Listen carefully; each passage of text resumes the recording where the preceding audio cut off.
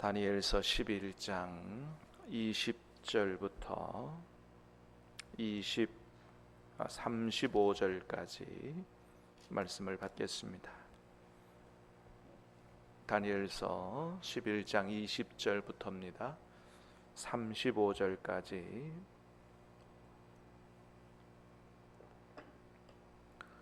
그 왕위를 이을 자가 압제자를 그 나라의 아름다운 곳으로 두루 다니게 할 것이나 그는 분노함이나 싸움이 없이 몇 날이 못 되어 망할 것이요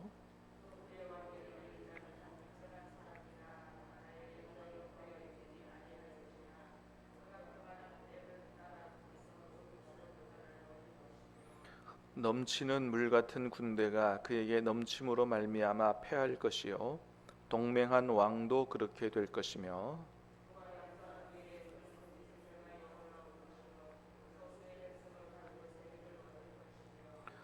그가 평안한 때에 그 지방의 가장 기름진 곳에 들어와서 그의 조상들과 조상들의 조상이 행하지 못하던 것을 행할 것이요 그는 노력하고 탈취한 재물을 무리에게 흩어주며 계략을 세워 얼마 동안 산성들을 칠 것인데 그가 때가 이르기까지 그리하리라.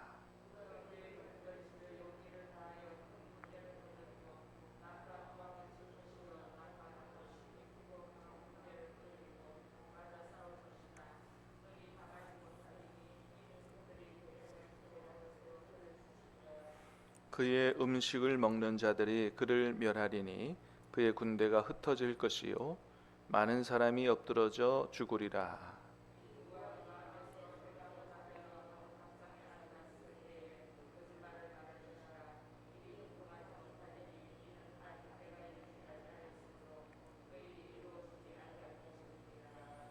북방 왕은 많은 재물을 가지고 본국으로 돌아가리니 그는 마음으로 거룩한 언약을 거스르며 자기 마음대로 행하고 본토로 돌아갈 것이며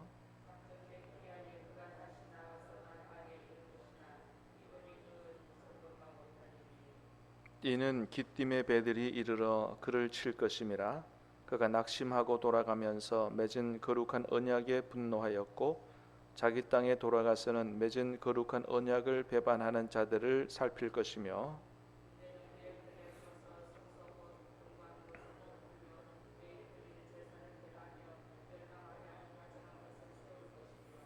그가 또 언약을 배반하고 악행하는 자를 속임수로 타락시킬 것이나 오직 자기 하나님을 아는 백성은 강하여 용맹을 떨치리라.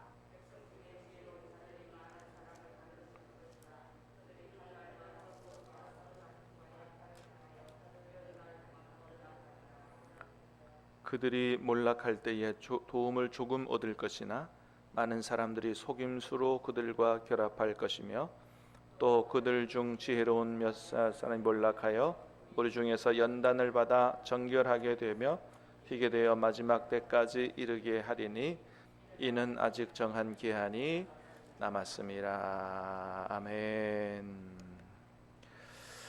자, 오늘 말씀은 어제 말씀에 이어서 알렉산더 대왕 이후에 그 헬라 제국이 네 나라로 알렉산더를 모시던 장군들에 의해서 네 나라로 나뉘어지게 되는데 그 중에서 가장 강력한 나라를 이루었던 왕 중에 한 명이 지금의 시리아를 차지한 셀류커스 왕조다 그랬습니다.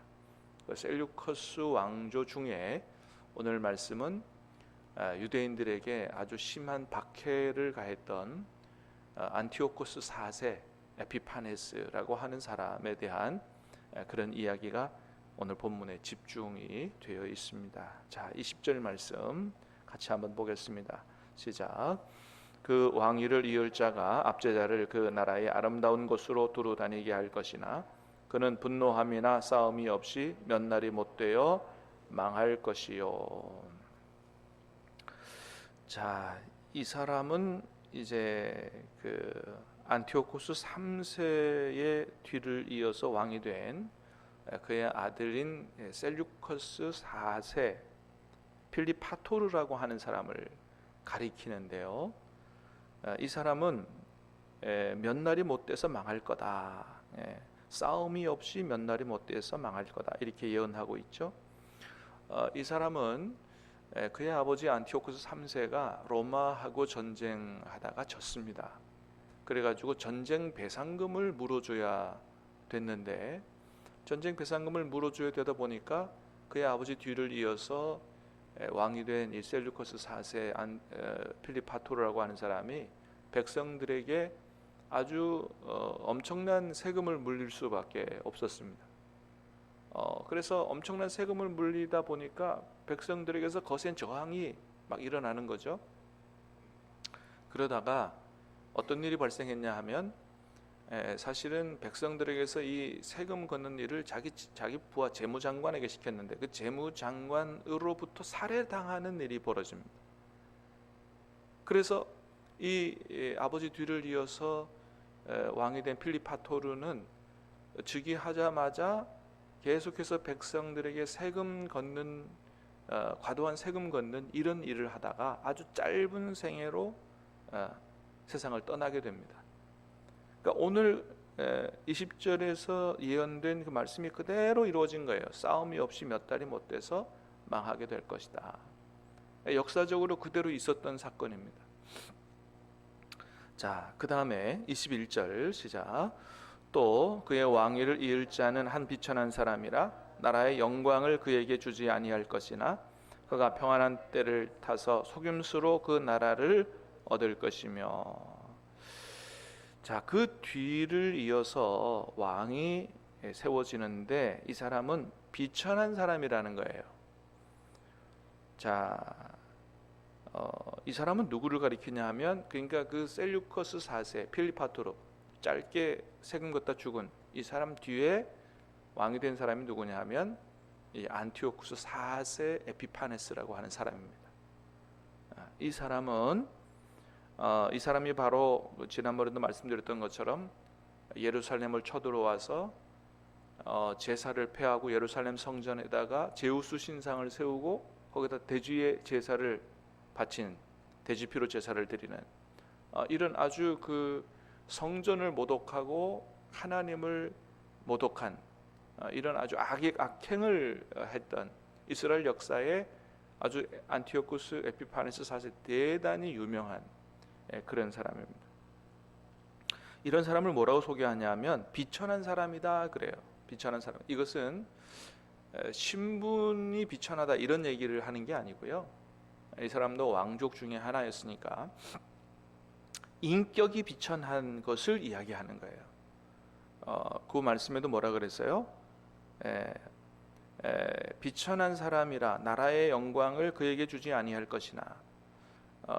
이 사람은 정당한 왕위 계승자가 아니었어요. 정당한 왕위 계승자가 아니었기 때문에 그 주변에 있는 나라라든지 또는 부하들이 이 사람이 왕이 되는 것을 이렇게 잘 환영해 주는 분위기가 아니었습니다.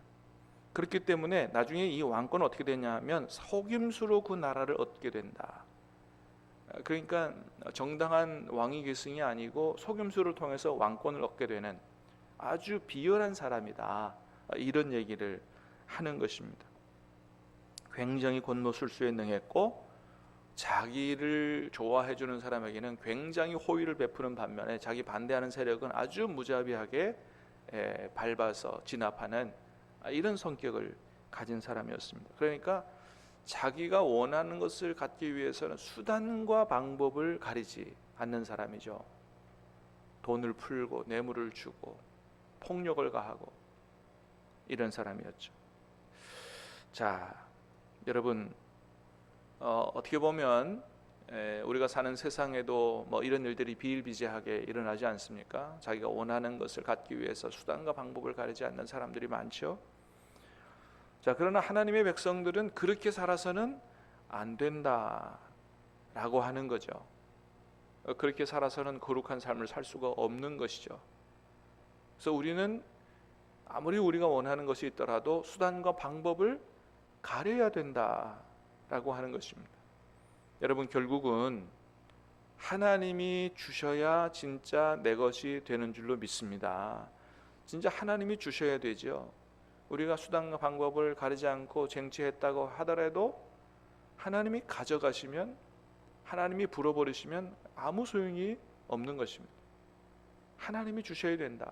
은도 내 것이요 금도 내 것이요 온 천지 만물의 주인 되시는 하나님께서 축복으로 우리에게 주실 때 그게 진짜 우리에게 복이 되고 그게 우리 것이 된다. 그래서 수단과 방법을 가려야 되고 하나님이 주실 때까지 인내하고 소망하며 기다리는 것도 중요하다. 그것이 바로 믿음의 자세다라고 하는 거죠. 자, 28절도 읽어보겠습니다. 시작. 북방왕은 28절 시작. 북방왕은 많은 재물을 가지고 본국으로 돌아가리니 그는 마음으로 거룩한 언약을 거스르며 자기 마음대로 행하고 본토로 돌아갈 것이며. 이 사람 이제 그 앞에서 말한 안티오코스 에피파스 4세 이 사람에 대한 이야기를 계속하는 거예요. 이 북방왕은 바로 그 나라를 그 사람을 가리킵니다. 그래서 어제 말씀에서도 본 것처럼 북방왕은 시리아의 안티오코스 4세를 가리키는 거고 남방왕은 이집트의 프톨레미 왕조를 가리키는 거다. 그런 말씀을 드렸죠. 자, 이 안티오쿠스 에피파네스 4세가 이제 그 애굽을 침공합니다. 그래서 대승을 거두고 나서 많은 재물을 가지고 시리아로 돌아가는 도중에 그 중간에 이스라엘이 있으니까 예루살렘에 머물러서 이렇게 잠깐 쉬는 기간이 있었습니다. 그때 이 사람이 뭘 하냐 하면 이제 뭐 애굽 그 이집트와의 전쟁에서도 승리했으니까 뭐 조그만한 나라 이스라엘 같은 경우는 얼마나 우습겠어요? 그 이스라엘의 제사장을 마음대로 교체해 버립니다.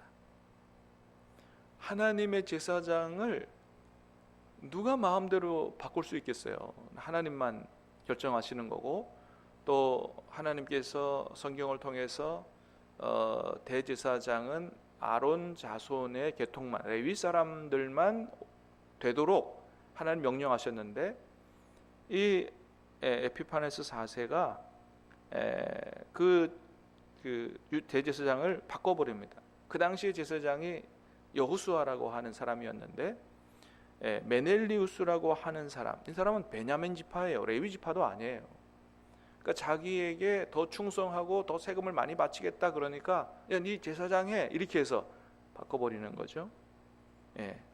이렇게 안티오쿠스 에피파네스 4세는 제사장, 대제사장마저도 자기 마음대로 바꾸고 그렇게 하는 아주 적그리스도와 같은 이런 짓들을 행한 것이죠. 하나님을 대적한 사람입니다. 자, 31절 보겠습니다. 시작. 군대는 그의 편에 서서 성소 곧 견고한 것을 더럽히며 매일 드리는 제사를 폐하며 멸망하게 하는 가증한 것을 세울 것이며. 지난번에도 봤죠? 그 안티오코스 4세가 했던 것이 그대로 다 드러나 있어요. 성소 곧 견고한 것을 더럽히며 매일 드리는 제사를 폐하며 멸망하게 하는 가증한 것을 세울 것이며. 그러니까 제사를 폐하고 성전에서 하나님께 드리는 제사를 폐하고 거기다가 제우스 신상을 세우고 거기다가 돼지피로 제사를 드림으로 성소를 더럽히는. 돼지는 레위기에 의하면 부정한 짐승이거든요. 그래서 그 중동 사람들이 돼지고기 안 먹는 사람들도 많지 않습니까? 그런 이제 짓들을 행한 것입니다. 자, 그런데 여러분, 이 안티오쿠스 4세가 이렇게 성소를 더럽히고 제우스 신상을 성전에다가 세우고 얼마나 해서는 안 될 짓들을 하는 거예요. 근데 중요한 거는 우리는 그렇게 하고 있지 않느냐 하는 것을 돌아볼 필요가 있다. 여러분, 오늘날 성전은 어느 곳입니까? 하나님이 임재해 계시는 성전은 어디예요? 이 건물만이 아니라 우리 모임 가운데고 또 우리 마음이라 그랬어요. 우리 마음에 주님이 계신다 그랬습니다. 우리 마음이 성전이에요. 우리는 우리 마음에 우리 주님께서 거하시는 성전을 더럽히지 않느냐. 우리 마음을 더러운 것으로 더럽히지 않느냐, 우리 성전을, 주님 계신 성전을 더럽히지 않느냐. 주님 앞에 제사 드려야 될 그래서 우리의 성전에서 하나님 앞에 제사 드려야 되는데 주님께 드려야 될 우리 마음을 세상에다가 다 바치고 있지는 않느냐. 우리 마음에 세워서는 안 될 탐욕은 우상 숭배라 그랬어요. 탐욕으로 말미암아 세워서는 안 될 그런 우상들을 우리 마음 속에 세우고 그렇게 살아가고 있지 않느냐. 지금 에피파네스 이 사람을 뭐라고 그럴 게 아니에요. 이미 다 지난 겁니다. 우리는 이렇게 하고 있지 않느냐. 다시 한번 우리 자신을 돌아보고 정말 그렇게 살아왔다면 다시 한번 회개하면서 주님, 내가 돌이켜보니 내가 이 시대의 안티오코스 사사 에피파네스였습니다. 내가 내 마음을 진정으로 주님께 드리고 마음을 정결케 하고 오직 주님만이 내 마음속에서 살아 역사하시도록 그렇게 주님을 섬기고 살겠습니다. 그렇게 다시 한번 결단하는 시간이 되어야 할 것입니다. 자, 32절 말씀도 보겠습니다. 시작. 그가 또 언약을 배반하고 악행하는 자를 속임수로 타락시킬 것이나 오직 자기의 하나님을 아는 백성은 강하여 용맹을 떨치리라. 언약을 배반하고 악행하는 자를 속임수로 타락시킬 것이나, 그러니까 안티오쿠스 사사 에피파네스에 의해서 회유를 당하고 또 유혹을 받아서 하나님과 맺은 거룩한 언약을 배반하고 악행하는 자들이 생겨났다는 거예요. 하나님과 맺은 언약은 목숨처럼 귀하게 여기고 그렇게 지켜야 되는데 그렇게 해서 안티오쿠스 4세에게 넘어가고 그래서 타락하는 이런 사람들이 있다는 거죠. 그러나 그런 반면에 오직 자기의 하나님을 아는 백성은 강하여 용맹을 떨칠 것이라고 말씀하고 있습니다. 사랑하는 여러분, 저와 여러분들은 하나님을 진정으로 알게 되기를 주님의 이름으로 축복합니다. 머리로만 아는 게 아니고 살아계신 하나님과 친밀하게 교제하고 동행하며 하나님을 경험하여 아는 게 이게 진짜 하나님을 아는 것입니다. 하나님을 진짜 아는 사람이라야 환난의 때에 그 박해나 유혹에 넘어가지 않고 믿음을 지키고 바알에게 무릎 꿇지 않은 그런 7,000명처럼 언제 어디서나 신실하게 하나님을 섬기는 진짜 믿음의 용맹을 떨치는 하나님의 백성이 되는 것입니다.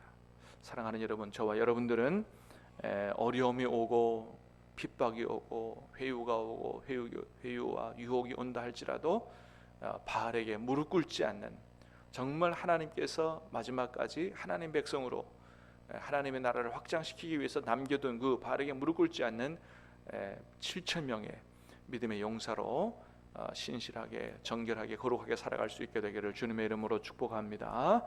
기도하겠습니다. 은혜로우신 주님, 감사합니다. 오늘 이 아침에도 우리에게 생명의 말씀을 주시고 말씀을 통해서 하나님께서 세계 역사에 대해서 예언해 주시고 그 예언한 역사들이 그대로 이루어졌다는 사실을 다시 한번 보게 하셔서 우리 하나님께서 온 세계 역사의 주인이시고 주권자가 되신다는 사실을 다시 한번 깨닫게 해 주시오니 감사를 드립니다.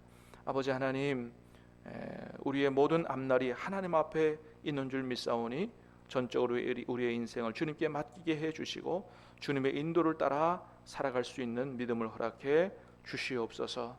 아버지 하나님, 어떠한 핍박과 어려움이 온다 할지라도 하나님 아버지, 그 어려움 속에서 우리가 세상에 무릎 꿇지 않게 도와주시고 아버지 하나님, 신실한 믿음을 지킴으로 말미암아 정말 나중에 주님께서 인정해 주시고 또 생명의 면류관으로 영원한 하나님 나라 영광으로 그렇게 채워주시는 그런 복된 하나님 백성으로 살아갈 수 있도록 우리에게 믿음을 더딥혀 주시고 우리의 인생을 인도하여 주시옵소서. 오늘 하루도 전적으로 주님께 의탁하오며 예수님 이름으로 기도하옵나이다. 아멘.